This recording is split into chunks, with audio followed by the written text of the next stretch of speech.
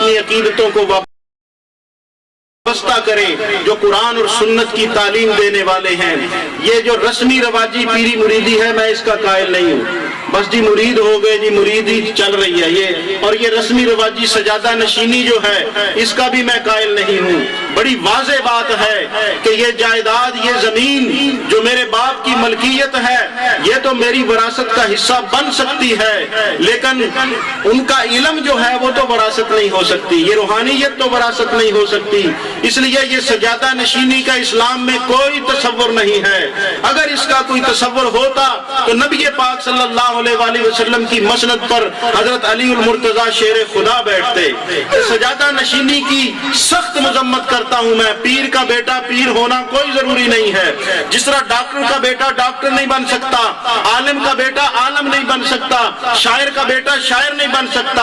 اگر بن جائے تو بڑی بات ہے، لیکن اگر جب تک وہ علم حاصل نہ کرے وہ عالم نہیں بنے گا، جب تک وہ میڈیکل کی تعلیم نہ حاصل کرے وہ ڈاکٹر نہیں بنے گا۔ اسی طرح پیر صاحب کا بیٹا پیر صاحب کیسے بن سکتا ہے؟ صرف جبے پہن لینے سے، دستاریں پہن لینے سے اور ہاتھ چموا لینے سے تو پیر نہیں بنا جاتا۔ اس کے لیے علم قرآن کی ضرورت ہے، اس کے لیے اپنے دل کے تزکیے کی ضرورت ہے، اور اس کے لیے کسی شیخ طریقت کی نگاہ کی ضرورت ہے۔ ہر چیز اپنا کام کرتی ہے، یہ یاد رکھنا۔ علم اپنا کام کرتا ہے، علم اپنا کام کرتا ہے، تقوی اپنا کام کرتا ہے، تزکیہ اپنے دل کو صاف کرنا اسے تزکیہ کہتے ہیں، یہ اپنا کام کرتا ہے۔ ہر چیز کے اپنے اپنے اوصاف ہیں نا۔ علم پڑھو گے تو علم فائدہ دے گا، اگر دل کو صاف کرو گے تو یہ بھی فائدہ دے گا، لیکن ایک تیسری چیز ہے، وہ ہے نگاہ، نظر۔ نظر اپنا کام کرتی ہے، علم اپنا کام کرتا ہے، عمل اپنا زور لگاتا ہے۔ تو میرے دوستو، یہ دونوں چیزیں اگر ہوں، علم بھی ہو عمل بھی ہو، لیکن کسی کی نگاہ نہ ہو تو بات تب بھی نہیں بنتی۔ فقط ایک نگاہ سے ہوتا ہے فیصلہ دل کا، نگاہ میں شوخی تو دل بری کیا ہے۔ کسی کی نگاہ میں آ جانا بہت ضروری ہے، کسی کی نظر میں آ جانا سب سے بہت ضروری ہے۔ عمل اپنا زور لگائے گا، علم اپنا زور لگائے گا، لیکن کسی کی نگاہ میں آ جاؤ گے تو بیڑا پار ہو جائے گا۔ یہ ساری چیزیں جو ہیں یہ کامل ہو جائیں گی۔ علامہ اقبال رحمۃ اللہ علیہ نے فرمایا، نگاہ مرد مومن سے بدل جاتی ہیں تقدیریں، جو ہوزوں کے یقین پیدا تو کٹ جاتی ہیں زنجیریں۔ اور فرمایا یہ فیضان نظر تھا یا کہ مکتب کی کرامت تھی، سکھلائے کس نے اسماعیل کو آداب فرزندی۔ اور ایک بات میں عرض کر رہا ہوں آپ سے، وہ یہ کہ علم کی اہمیت اپنی جگہ پر بجا ہے، عمل کی اہمیت اپنی جگہ پر بجا ہے، لیکن یہ یاد رکھنا کہ اللہ تبارک و تعالیٰ ان چیزوں کا محتاج نہیں ہے۔ اس نے جن کو لوگوں کی رہنمائی کے لیے چنا ہوتا ہے وہ خود پڑھا دیتا ہے، ان کو وہ سب کچھ خود عطا کر دیتا ہے۔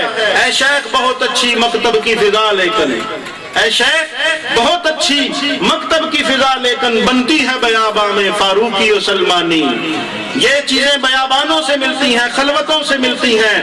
اللہ تبارک و تعالیٰ جسے چن لیتا ہے اپنے دین کی خدمت کے لیے، وہ اس کی خود تربیت فرما دیتا ہے، فطرت کے مقاصد کی کرتا ہے نگہبانی، یا بندہ صحرائی یا مرد کوہستانی۔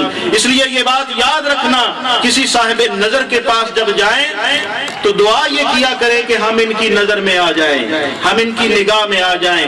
یہ تین چیزیں جب اکٹھی ہو جائیں، کیا؟ علم، بولیے، علم، عمل اور کسی کی نگاہ، کسی مرد کامل کی نگاہ، کسی مرد درویش کی نگاہ۔ رسمی رواجی پیری مریدی کی بات میں نہیں کر رہا، جو بندہ شریعت کے تابع ہے اس کی نگاہ میں آ جائیے، جو بندہ قرآن اور سنت کی تعلیم دیتا ہے، شریعت کے تابع چلاتا ہے، کسی صاحب شریعت کے ہاتھ میں ہاتھ دے دیجئے، کسی کی نگاہ میں آ جائیے۔ جب یہ تین چیزیں مکمل ہو جاتی ہیں تو ایمان اپنا رنگ لے آتا ہے، ایمان اپنا رنگ لے آتا ہے، ایمان پر تازگی آ جاتی ہے، ایمان جو ہے وہ اپنا پھل دیتا ہے، ثمر دیتا ہے۔ کچھ درخت ایسے ہوتے ہیں کہ وہ بڑے تو ہو جاتے ہیں، پھل پھول تو جاتے ہیں وہ، لیکن ان پر پھل نہیں لگتا۔ تو اس لیے اپنے آپ کو ثمر آور بنانے کے لیے، پھلدار بنانے کے لیے یہ ضروری ہے کہ کسی کی نگاہ میں ہم آ جائیں۔ تو آخر میں آپ سے یہ گزارش کروں گا اور التجا کروں گا آپ سے کہ میں ذاتی طور پر سخت خلاف ہوں عرس برائے عرس کرانے کا، ایسے ہی اجتماع کرا لیا نہیں، سخت مخالف ہوں اس چیز کا۔ کوئی بھی دینی اجتماع ہو اس کا مقصد تبلیغ دین ہے، احیاء دین ہے، اسلام کی بات لوگوں تک پہنچانا ہے۔ ابھی ربیع الاول شریف آ رہا ہے، ہر سال ماشاءاللہ ہم بڑے جوش و خروش سے عید میلاد النبی کی تقاریب مناتے ہیں، لیکن ہمارے اعمال حضور اکرم صلی اللہ علیہ وسلم کے فرامین کے تابع نہیں ہوتے۔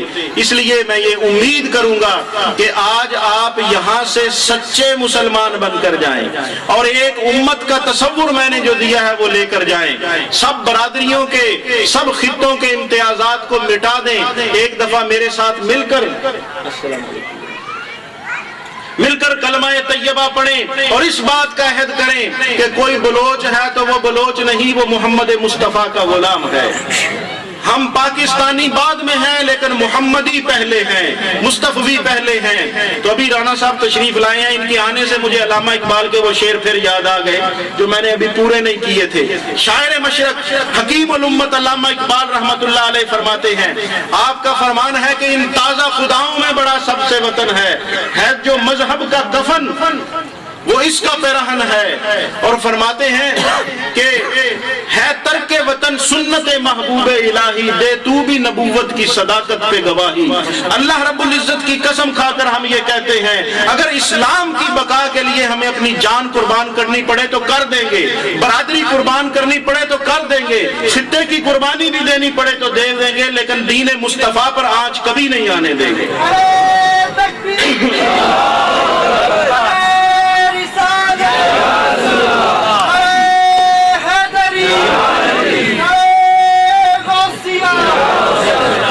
تو سب سے بڑا پیغام جو آج اس اجتماع کا ہے وہ یہ ہے کہ ہم نبی کریم صلی اللہ علیہ وآلہ وسلم کے غلام ہیں اور یہی ہماری پہچان ہے، باقی جو کچھ بھی ہے وہ سب بعد میں ہے۔ نظارہ دیرینہ زمانے کو دکھا دے، نظارہ دیرینہ زمانے کو دکھا دے، اے مصطفی خاک میں اس بت کو ملا دے۔